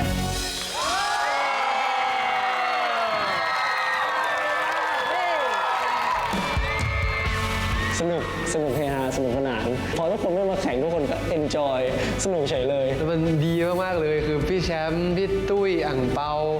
พี่พิมพ์อย่างเงี้ยก็คือแบบทุกคนพัฒนากว่าตอน EP 3อีกครับ เนี่ยพี่สานี้ยังไม่หุบยิ้มเลย ยิ้มเป็นตาสระอีเลยเป็นไงบ้างครับกับโชว์เมื่อกี้ น่ารักค่ะน่ารักแล้วด้วยความที่คือพี่นี่จะบอกกับทุกๆคนเลยลูกแบบดูโชว์เนี้ยแล้วให้จำไว้ว่าเราไม่ต้องกดดันเมื่อไหร่ที่มันถึงเวลาโชว์เราแค่สนุกไปกับมัน วันเนี้ยลูกๆอาจจะสนุกกับทุกๆอย่างเลยเพราะมันไม่มีผล มันไม่กดดันนะ ถูกไหมมันไม่มีผลของการประกวดของการอะไรเลย วันนี้ตุ้ยเอ้ยดีมากเลยอะตุ้ยทำได้ดีมากเลยนะพี่ตบมือให้เลยนะจริง ๆคือหนูมีข้อดีเยอะมากเลย วันนี้พี่นิได้เห็นข้อดีของตุ้ยแบบเต็มที่ในสิ่งที่พี่นิอยากจะเห็นคือครบค่ะแชมป์ทำได้ดีมากลูกถึงแม้หนูจะตัวเล็กแต่หนูก็ชายนิ่งออกมาคือเราเห็นหนูอะเราเห็นหนูไม่จมหนูไม่ดรอปไปในโชว์เลยด้วยฟิกเกอร์ของร่างกายเราใช่ไหมลูกด้วยความตัวเล็กค่ะแต่วันนี้แชมป์ไม่แพ้ใคร ก็รู้สึกดีใจครับที่กรรมการทุกคนชอบ และผมก็เชื่อว่าแบบคนดูทุกคนก็น่าจะชอบเหมือนที่กรรมการเห็น มาที่อ่างเปาวันนี้ลูกทำเต็มที่แต่ลูกยังไปได้อีก คือพี่นี่รู้ว่าลูกชอบมากสิ่งนี้มันเป็นสิ่งที่ในระหว่างที่โชว์หรืออะไรลูกมีความสุขมากพี่ซันนี่เห็นออกจากประกายตาของตัวเอง แต่ลูกจะมีความกังวลว่าเราจะทำได้เท่าเพื่อนไหมอ่ะเพราะฉะนั้นจงฝึกลูกฝึกเท่านั้นลูกจริงๆฟังแล้วมันรู้สึกมีไฟนะผมรู้สึกว่าแบบเราซ้อมได้อีกนี่หว่าผมก็อยากจะบอกพี่ชานีว่าผมจะตามเพื่อนให้ทันครับ พี่อ่ะมีความรู้สึกว่าทุกครั้งที่พี่ดูตุ้ยอ่ะในการโชว์พี่เสียดายเพราะพี่รู้ว่าตุ้ยมีทุกอย่างแต่โชว์เนี้ยตุ้ยพี่รู้สึกเลยนะว่าตุ้ยคัมแบ็กแล้วว่ะมันแบบโหมันคัมแบ็กจริงว่ะตุ้ยถ้าตุ้ยได้เพอร์ฟอร์มได้ขนาดเนี้ย4คนนั้นนะเตรียมตัวเลยพี่บอกเลยอัลฟาเตรียมตัวได้เลยเพราะว่าตุ้ยจะมาแล้วถ้าตุ้ยรักษาสแตนดาร์ดได้ขนาดนี้นะครับมันมีดาวดวงหนึ่งสว่างสดใสมากตุ้ยเราชอบนายว่ะเฮ้ยดีว่ะอีกหนึ่งเสียง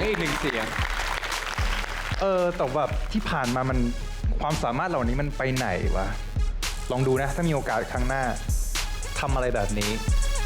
ตอนที่ได้ยินประโยคที่เขาพูดคือกดดันมากผมรู้สึกว่าแบบคือเรามาถูกทางแล้วก็จริงแต่ว่ามันไม่ใช่เรื่องง่ายที่จะทำอย่างนี้ให้ได้ดีขึ้นไปตลอดอะไรเงี้ยแต่ต้องทำให้ได้ครับตามที่กรรมการคาดหวังแล้วก็ต้องเป็นเบสเบต้าพิมพ์ก็จากที่เคยแบบผมรู้สึกว่าเขาล้นเกินไปมาก่อนอะแต่ผมรู้สึกอันนี้ไม่ล้นผมรู้สึกอย่างนั้นพิมพ์แฮปปี้มากรู้สึกว่าแบบมันก็ได้แก้จุดข้อบกพร่องของตัวเองเนาะแล้วก็ได้ลองสิ่งใหม่ๆด้วยกับสิ่งที่เราไม่เคยทำมาก่อนครับผมว่าความสุขของการได้ดูโชว์ทุกๆโชว์มันคือน้องๆทุกคนพัฒนาขึ้นมาอีกสเต็ปหนึ่งตลอดและโชว์นี้ก็เหมือนกันทั้ง4คนอังเปาแชมป์ก็แข็งแรงขึ้นพิมพ์ก็พอดีมากขึ้นตุ้ยเนี่ยเหมือนกันเลยพูดกันทุกคนเลยวันนี้คุณชายออกมาเลยอะขอบคุณครับขอบคุณกรรมการครับ และขอบคุณน้องๆทั้ง4ด้วยนะทำให้แบบเมื่อกี้คือสร้างรอยยิ้มให้กับทุกคนเลยจริงๆจอยๆกันไปช่วงหน้าครับถึงเวลาแล้วที่เราต้องมารู้กันนะครับว่าตำแหน่งอัลฟา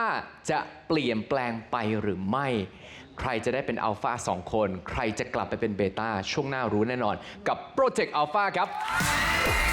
ช่วงหน้าพบกับการตัดสินตำแหน่งอัลฟาสุดเข้มข้นและคนแรกที่จะได้ขึ้นไปนั่งบนบัลลังก์อัลฟาคือลุ้นรู้สึกว่าถ้าเป็นชื่อถามชื่อแรกอะมันจะเหมือนแบบยกภูเขาจากอกมันแบบสบายมันจะโล่ง ผมได้ฟังกรรมการคอมเมนต์ผมก็เลยมั่นใจว่าแบบผมสามารถรักษาเก้าอี้นี้ไว้ได้ เตรียมดีใจแบบเตรียมกลับไปแล้วแบบยืนนานมันเมื่อยจะกลับไปนั่งแล้ว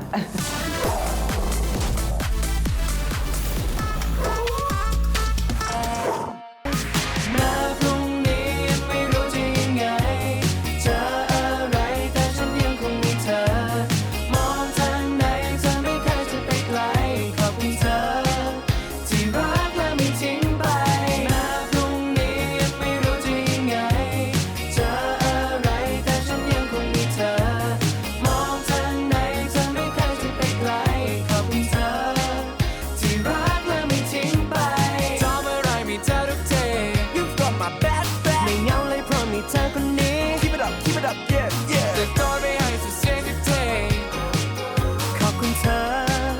ที่รักและไม่ทิ้งไป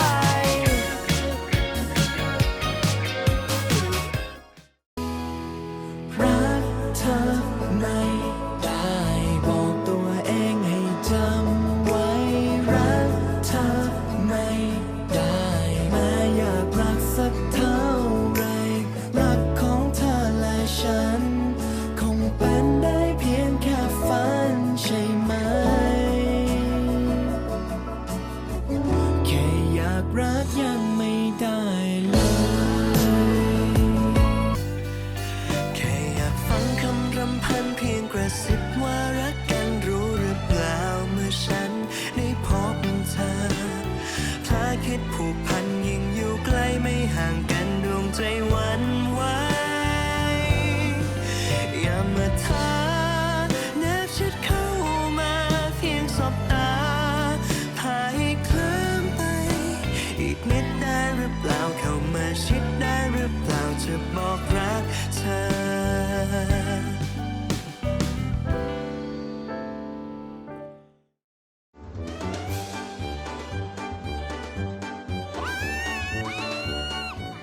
บ้า แต่ว่าที่ชาร์จถ้าจิ้มคนแล้วมันช็อตเลยเหรอ บ้าลองเจนนี่ก่อนเอ้ยเรื่องจริงว่ะลองพี่ก๊อฟด้วยก่อนเอ้ยเรื่องจริงว่ะบ้ามันกับทุกคนเหรอ ใช่หรอ มันจะเป็นกับทุกคนจริงๆหรอ มันไม่กับทุกคนหรอก1 2 3 กับมี่ไม่เป็นกับมี่ไม่เป็น ช็อตฟิล ช็อตจริงช็อตได้ช็อตไฟนะช็อตฟิลช็อตฟิลเลยค่ะ เผยเที่ยวไทย และนี่ก็คือแผนผังความสัมพันธ์ที่กูเตรียม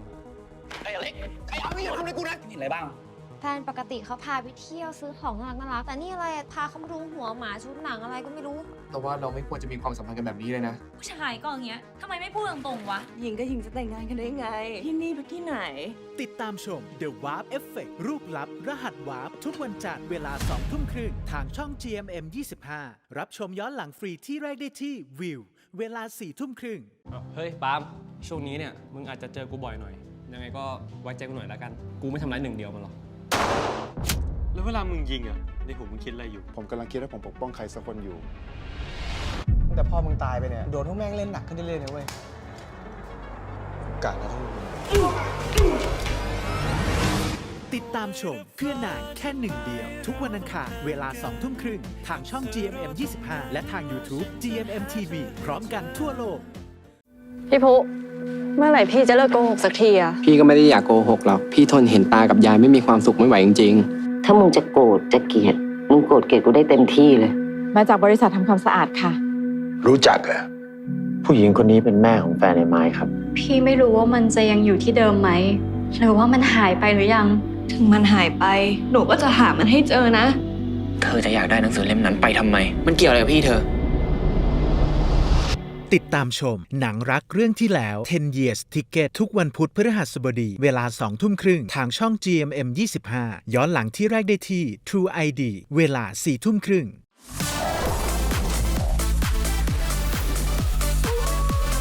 โออิชิกรีนทีทำจากใบชาเขียวแท้ที่มีทาเคชิน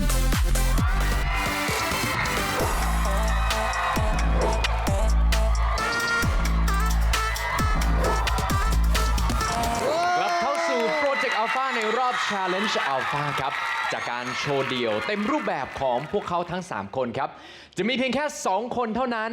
ที่ได้ตำแหน่งอัลฟาส่วน 1 คนที่เหลือจะต้องไปเป็นเบต้าครับ และตอนนี้ถึงเวลาตัดสินแล้วครับ ขอเชิญผู้เข้าแข่งขันทั้ง 3 คนเลย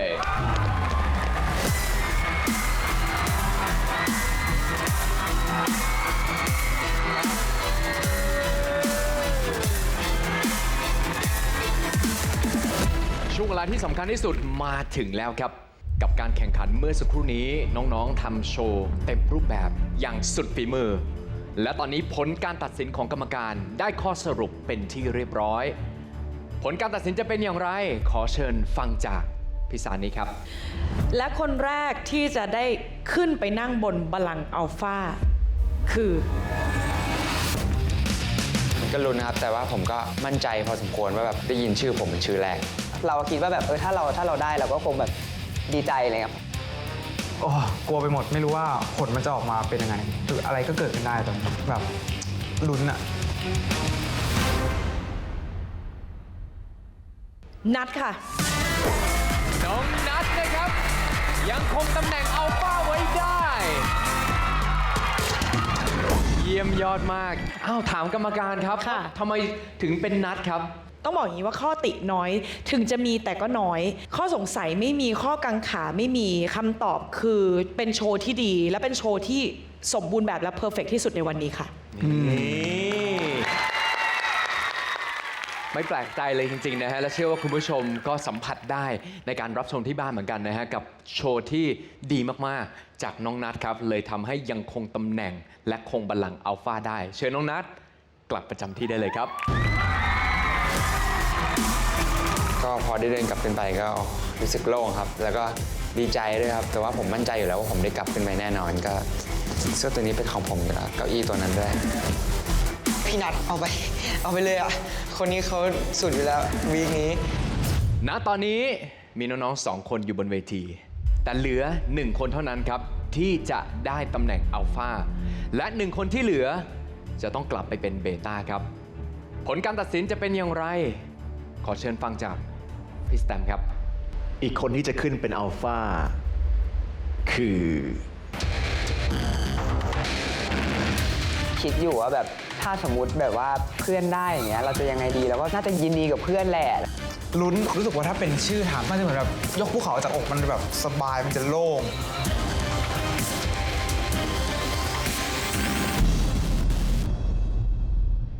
ฟลุกครับ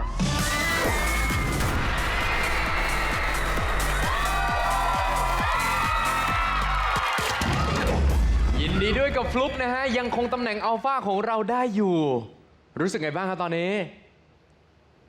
ดีใจครับ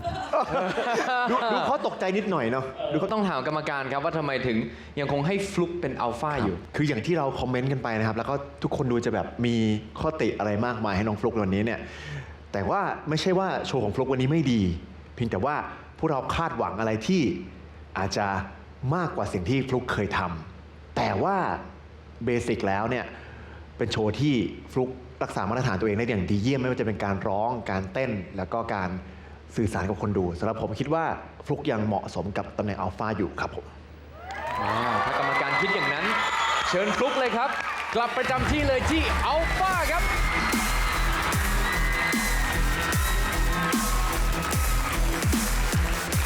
คือต้องบอกก่อนนะผมอะรู้สึกว่าทุกคนทำได้ดี และผมก็ทำอย่างเต็มที่เช่นกันอย่างที่บอกไป แต่พอเขาประกาศใช่ไหมว่าเราได้ฮะ ทำไงต่อเพราะว่าเราไม่ได้เตรียมซีนที่เราจะได้ไว้ ผมคิดว่ากรรมการชอบพี่ฟุกมาก เพราะว่าเวลาเขาสื่อสารดี เวลาเขาพรีเซนต์อะไรออกมามันดี พี่โตให้กำลังใจน้องนิดนึงครับ ครับ พี่ว่าทุกอย่างที่เกิดขึ้นวันนี้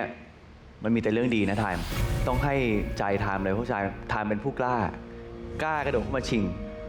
ทุกคนได้พัฒนาตัวเองรวมถึงคนที่เข้ามาแข่งกับไทม์ด้วยเขาก็ได้ไปขัดเกลาอาวุธตัวเอง เพื่อมาแข่งกับไทม์เองก็ได้ขัดเกลาอาวุธตัวเองสรุปทุกคนได้พัฒนาตัวเองหมดเลย เราเป็นคนแรกที่ลงมาในสนามประลอง และมันยังมีอีกหลายรอบเลย และตอนนี้ข้อดีของไทม์คือไทม์รู้แล้วว่าอะไรที่เราขาดอะไรที่เราสามารถเติมได้และอีกอย่างไทม์จะเป็นแรงบันดาลใจให้กับทุกคนที่เขานั่งอยู่ว่าวันหนึ่งถ้าเขากลับพัฒนาตัวเองได้เขามีสิทธิ์มายืนท้าคนอื่นด้วยสู้ๆต่อไปครับไทม์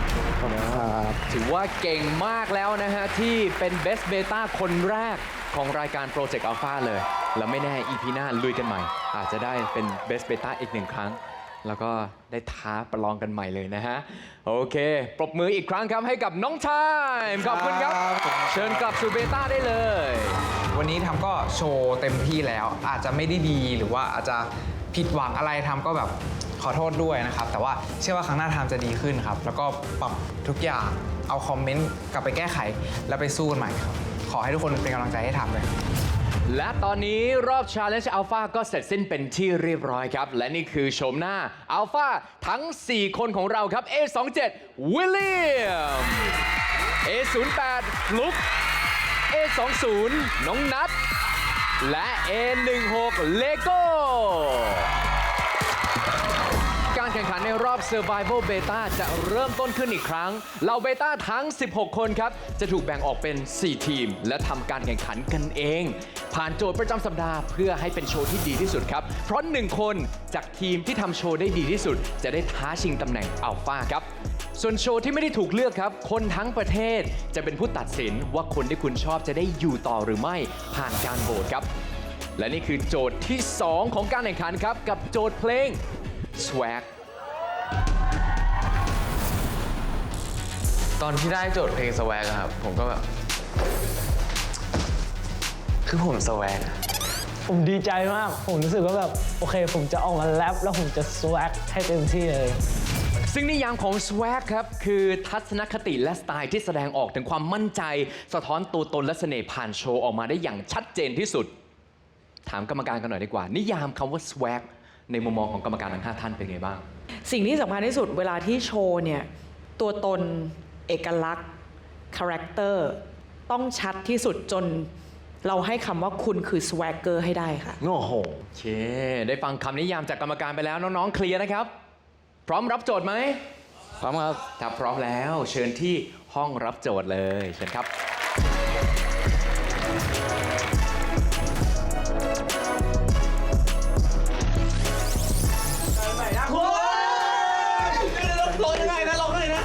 จริงๆ ผมว่าโจทย์ swag กับเพลงเนี่ย ผมว่ากลุ่มผมทำออกมาได้ดีแน่นอน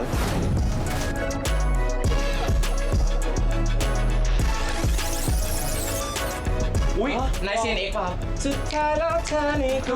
หกกันเลยอุ้ยชอบเพลงนี้มาก ผมชอบเพลงนี้มากมากมากมากอยู่แล้วคือผมรู้สึกว่าถ้าผมได้เป็นศิลปินเดี่ยวเพลงที่ผมอยากออกมาคือจะเป็นเพลงแบบนี้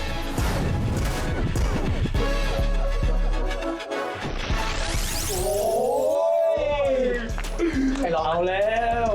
มันฮิปฮอปอยู่แล้วมันฮิปฮอปอยู่แล้วแล้วมันมีความสมัยในตัวอยู่แล้วมันฮิปฮอปอยู่แล้วแหละใช่ผมค่อนข้างเห็นศักยภาพของแต่ละคนมาแล้วรู้สึกว่าทุกคนศักยภาพสูงมากพร้อมมากทีมผม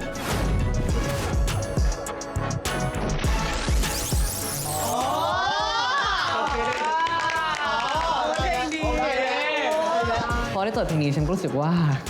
มันก็ชิลดีพี่เพลงทนเพลงดังกระตายใครก็รู้จัก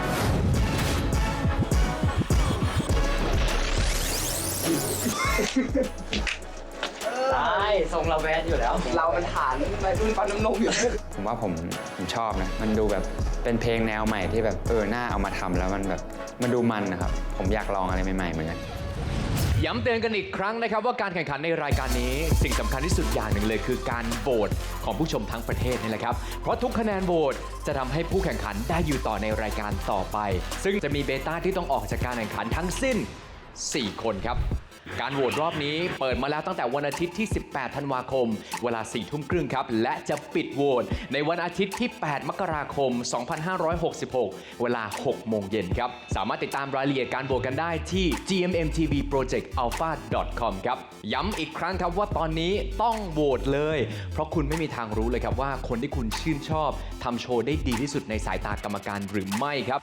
นอกจากนั้นคุณผู้ชมยังสามารถติดตามรายการ Reality การฝึกซ้อมการเตรียมตัวของเหล่าผู้เข้าแข่งขันได้ครับในรายการ Alpha Lab ทาง YouTube Channel Project Alpha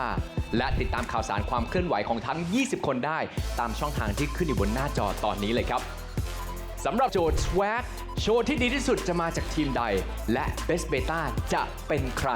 กลับมาติดตามกันได้ครับกับรายการ Project Alpha ได้ใหม่ทุกวันอาทิตย์เวลา 20:30 ทาง GMM 25สำหรับวันนี้สวัสดีครับ